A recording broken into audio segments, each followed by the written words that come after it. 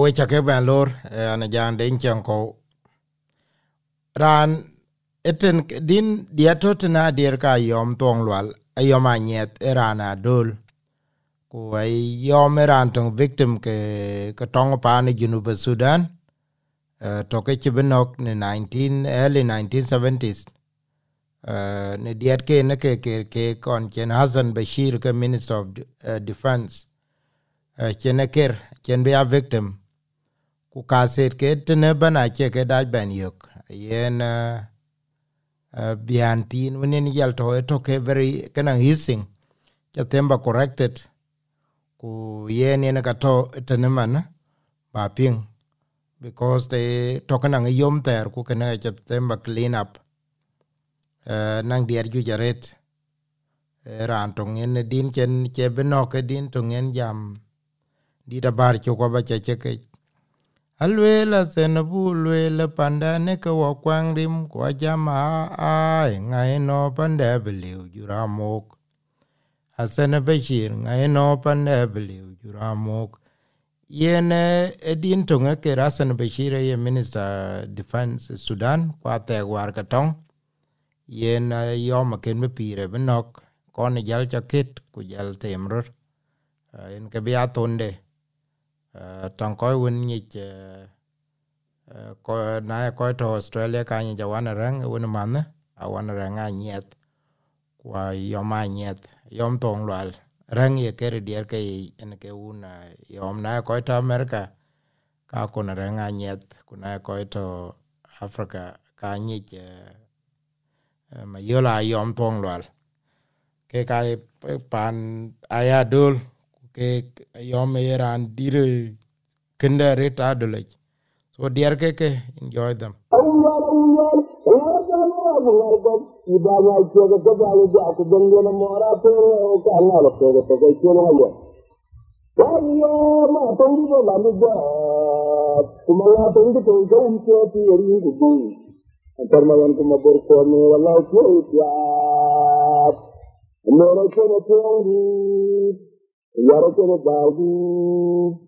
Dama ga tuni ko ba ku ba ya la ko ku ba ce wa an ta na bu ko tuni wa an ta ran ga wuce ta go ko to ta ne na ko saudi ya bar ko kan ji a cikin da mu da ya ta na to kan ga na ko ta ga go ko na do ba ba ko inda ga ko ko ko ma ba ko ko ba ya Aduh, baru malam yang aku kerja, ketinggalan kita Malaysia, ini dua orang tim dokter, anda sedang kesusaha, saya lagi anda tunggu dia, sebab tunggu ada yang Allah, jangan sebiar ke di zaman ada, ada sebiar ada, ini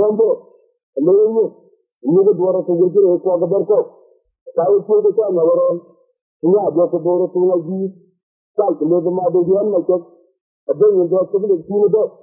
Pero balura wan gudo ko le je war wa ko to war inde ko gari ayam sele to indi na ko yen munya adora na ga magayo ko tira na ga salayo ha ko na ba ba jawu de tiende ya garori pero ko wa ba ko wala tigire to para mere ga mo gi ma de woro ko tira ko yindi de ko na ko le pula go longo le ni ro ga tu ne ko ko to wala ko ko ko de la ji Wah, mara ranjur mah indahnya ni dia buat dah buat kau ini ko.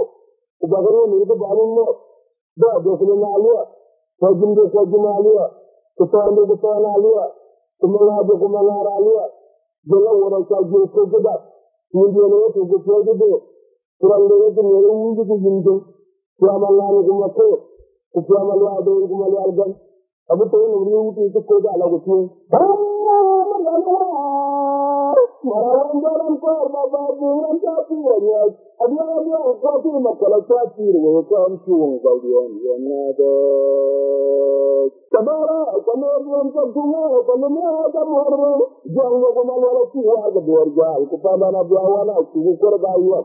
Abang ko ko ja ba ko ma no ro ko ko ja ba la ma no ro ko ba ba na ro ku ko ku di ko ra na ro ko ga ku ma ko ko ra mo ande ku do ga na pa ro no ja pa wa udah ya ta kun pa na ngong ko ko abang ko ja ba ko ma no ro ko ja ba la ma no ro ko ba ba na ro ku ko di ko ra mo yoga kuma korkara yamma da ke joga da kawai na jarfawa idan ya kakin fanin nan ko ko kada na yuba dora ko ta ga bala ko kana na ba awu ba kada na yuba dora ko ta ga bala ko kana na ba awu ba kada na yuba dora ko ma no ro ko ja bala ma no ro ko ba ma na ro ko ko ko ra no ro ko ga kuma ko ta yamma da ke joga na kawai na jarfawa udah ya pakai panen yang kau kau itu nomor udah nomor itu ada orang cara nomor buru kalau kita panen yang buat panen dari jenis tangan ini kita kalau itu nggak boleh kalau zaman orang aku mama semua aja atau boleh kebar baru jauh lima belas gitu jadi luana kami cuma bangran yang ngaruh dari mana mereka bisa kalau mengkor berjaya karena kemarin mereka menjualnya aku boleh bawa ini mengaku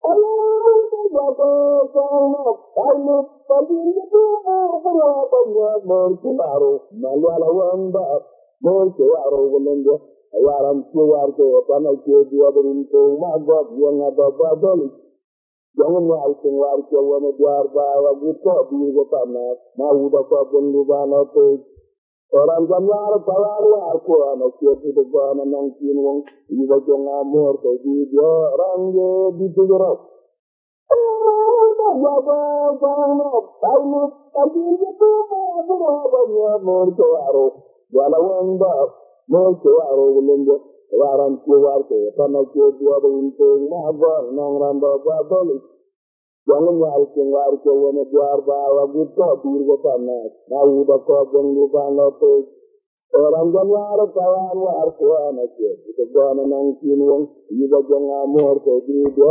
orang di tujurap mandala ibar war kanam wala kenwong nang nyamtar tujaba babi ini ke wangba na bora kenna maka ini wos abu tadi ni baju cuma dal kedonga abalanga jidalna kono ma do na donga mumu jangan na apa kono do tomaro kabar pa aja ko ma kon pa ma do la na lo baju ko na kanu lo akiran babaro Handa ini dah bawa kucing sama, kita cari baru dulu lo sama orang ada kau betul kalau coba baru. Sebab sama dia apa, betul dulu dia ni, orang baru ya ni. Kalau bukan di mana kita mau jumpa, negara orang dah kita betul dia. Aku ngawu baru kerja kemarin ngawu. Karena melakukan cara membuat lalu wala marawar wala cahaya sana bu iyo menunggu majungkan kata bunyi lalu wala marawar wala cahaya sana bu iyo menunggu menungkan kata ngomong lalu wala marawar wala cahaya sana bu Iya, kalau pengen rumah buat, Daro kirwaye kini kini chako jaco maro angdema atala gwani yako ajirinjo. Uta jatan kutara kwan malwala masaga ulo. Juanga chewa yanwa kumalwala ringara no bidio tene. Juanga anakiyo anayom. Anwar tengomyolo antengoyo kenidio wawo tomaro bara juanga tunga bitoy. Uta jatan kutara kwan malwala masaga ulo. Juanga chewa yanwa kumalwala ringara no bidio tene. Juanga anakiyo anayom. Nawal terumbyala antumya kendi wayi tomorrow ba juang yatin wa kito yedo akuma na yugo ta ba tiam ba ba mo ko na ma ko ba ni ki pa ko la ya ni na ba ni na ko na jong ga ga ba ni na no yon tomorrow ya bi di jo ya ko wa go na ra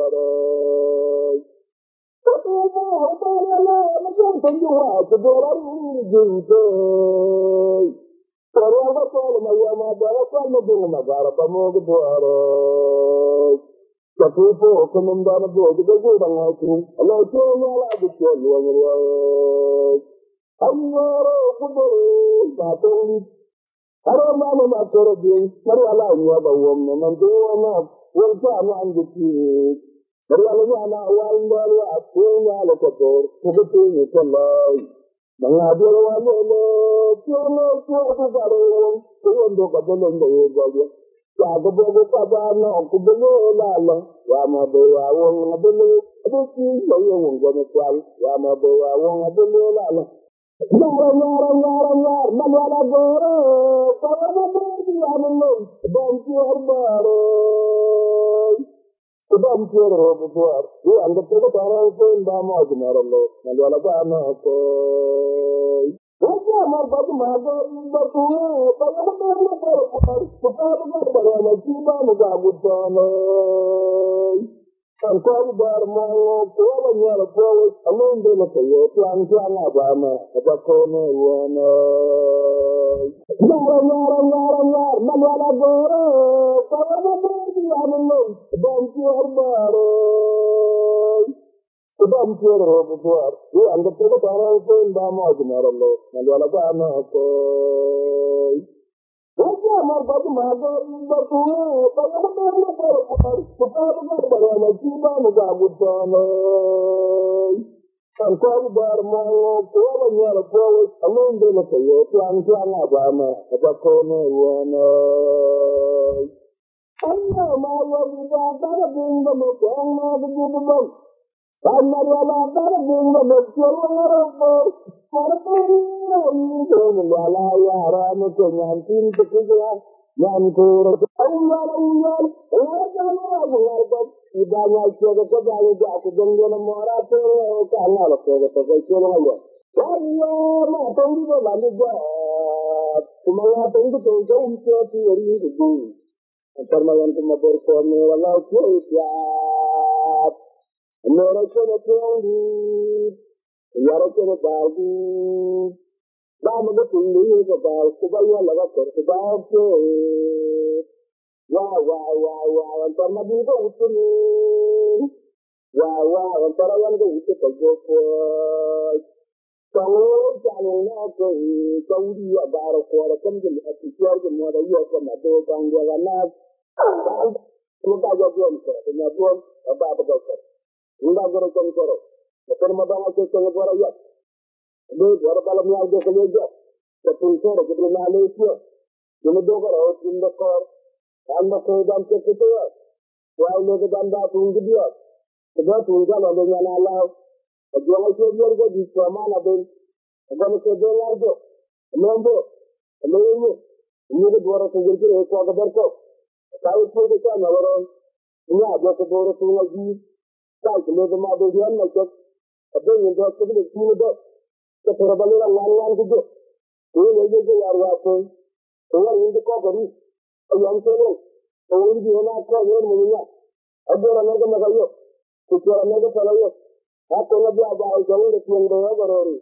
Perlu kau buat apa? Awalnya juga itu. para mere ya ga mo na de ro ku to le ko ni de ko ro la to le ku la go no le ni ro ga ku ni ko ro ko de la la ku to ko de la ji wa ma ro ran ji ma ndo la ni ga ga de ko ko ku ba ro ni ko ba ni no da de ko na ya ko jin de ko jin na ya ku to ni ko na ya ku ma la de ko ma la ra ya de la wo ra ka ji ko da ni de le ko ko de kurang dari itu ni itu jinjung selama lalu kumakai selama lalu ada kumakai algan abu tu ni itu kerja lagu tu malam dalam bapa dengan jati ya ada tapi masalah jati itu kan tuang bagian yang ada sabara kemudian semua kemudian ada orang jangan kumakai lagi ada keluarga itu pada anak lawan aku kerja Abang ini coba tu, mana orang coba lau, mana orang coba pandai, mana tu aku di orang lalu, berbagai macam orang berdekat jaga mata orang menjaga ya, udah ya takkan pandang orang kau. Abang ini coba tu, mana orang coba lau, mana orang coba pandai, mana tu aku di orang lalu. Wadaku makulkaya betujaga mapore mejapawa udarya kacinta ngongoko jadi lagu badora kota gopala ko kanama bawo ana lagu badora kota gopala ko kanama bawo ada ni jabe ko namoro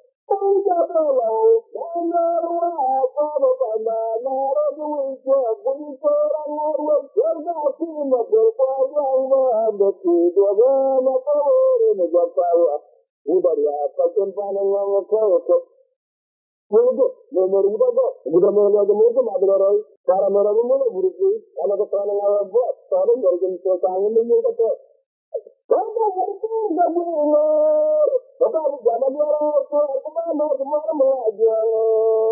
Atau boleh coba tahu jawab. Cuma demi kita kalau dia nak kami cuma bangorang yang ngaruh. Dah boleh, kita bisa kalau mengkor berjauh. Jangan apa mau ngajar ni dia ngajar. Boleh ya bawa ini mengajar. Allah Bapa Allah pagi itu berapa bersiaru malu bersiaru belanja ayaram keluar ke tanah dia berintu magot yang ada badal jangan alkin warga wana biar bawa buka biru tanah mau dapat pendudana tu orang jamar tawar ko anak dia itu gana nang kinwong iba jong amor ke dia orang je ditujur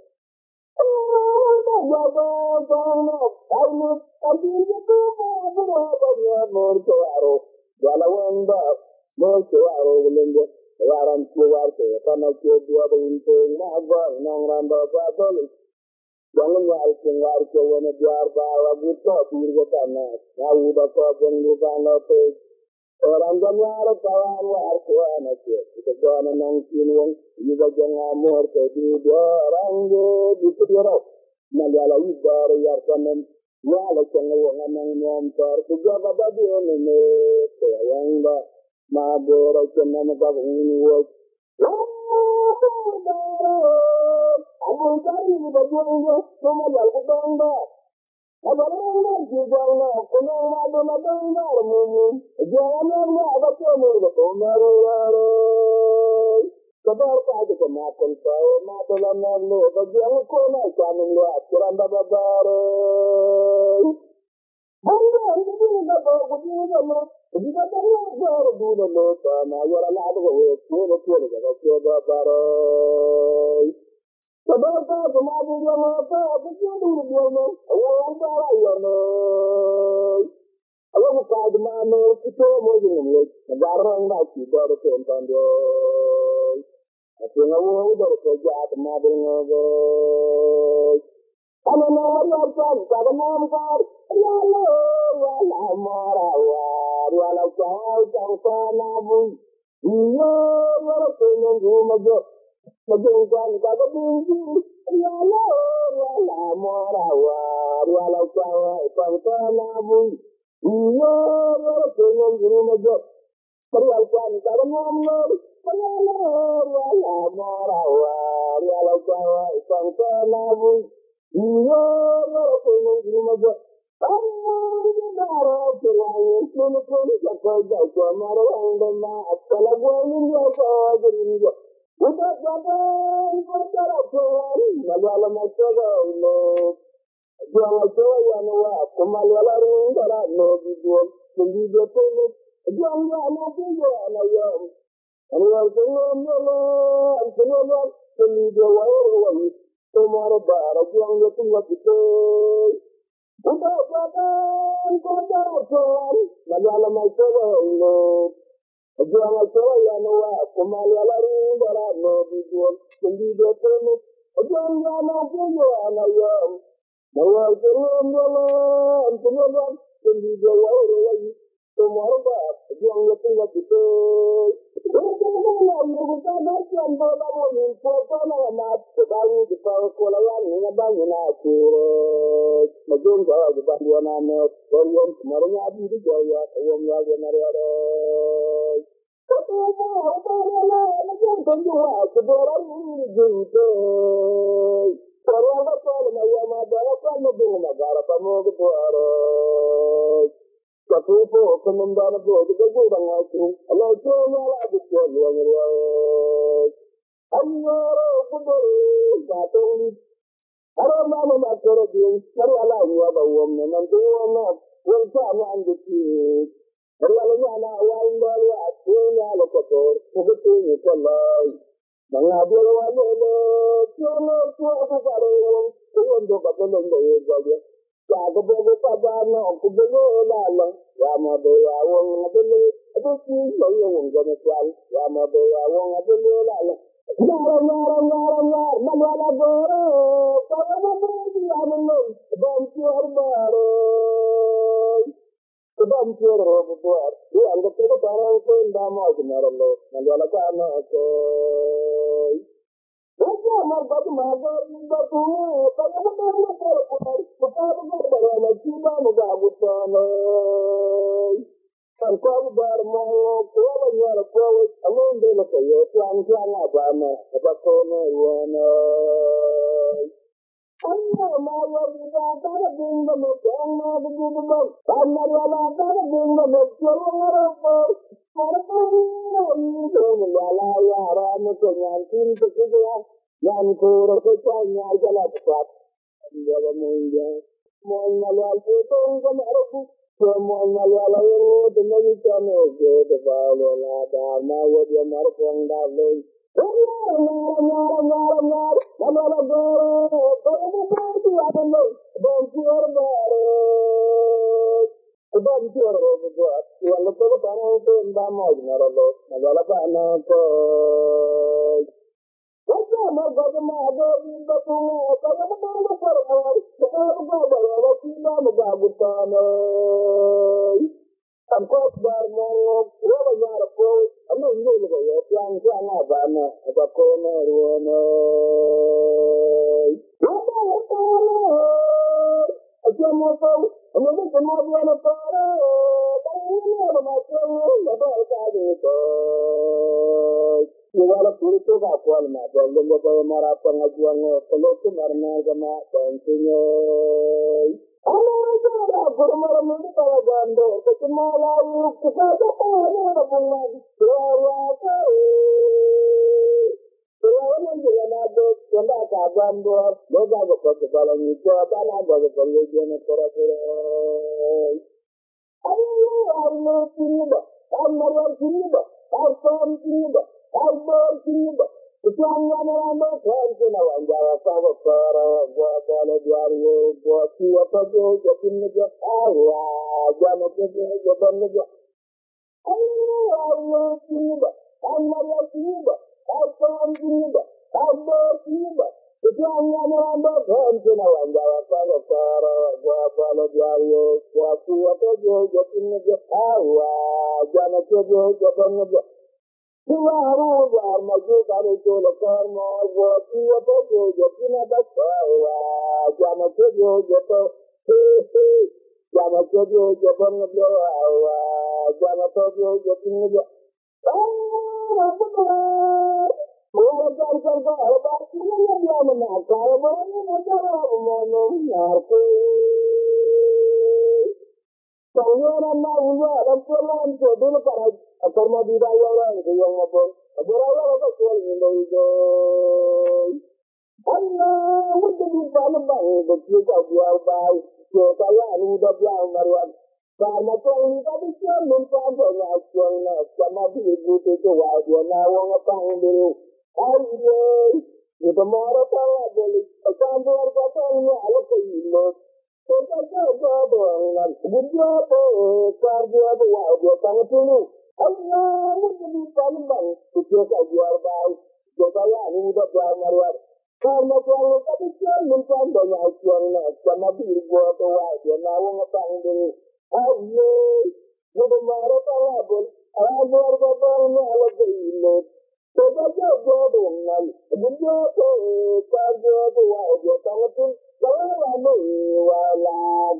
Jadi orang yang kaya jaman karena kalau tadi jangan banyak yang sama diri bahwa dia nawang tang dulu ayo jadi marah kalau bol agar katanya ada kilo coba coba dengan begitu apa saja bahwa dia tang dulu dulu kata kemudian macam jadi dia pun sini bah kemudian orang gitu kalau begitu Allah orang untuk apa baru kemudian di dalam itu kemudian orang tim dekat ada dalam keluarga secara media dah memulai begitu kalau ketua orang dia kalau yang sekarang ini untuk yang kalau ini orang kau yang mulai ada orang yang nak ayat itu orang yang kalau aku nak buat orang yang orang baru kalau kau ada orang itu lembut lembut anak kau dan kau dia kalau bukan bahasa dia Sudah tinggal lain yang ada.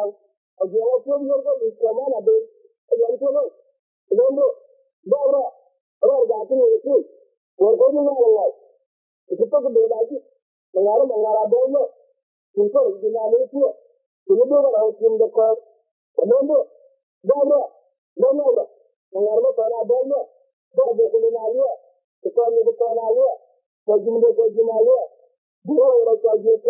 Ayen we chukale ran ye le la oi tuor ten aliran wan dingjo oi tuor liere ku alira nyang ya ay ko ke chol ma yum ka nyang agul ken baba die ya den chanko ay ma yum ka nyang agul ere madul to ke chi gila reta ke kanan ko ke ye ke daret ne bian tinun to ke chi dur klinik ne ke da to kan yum ter yen da de pingro da pete na we ka ke yen ke we chukale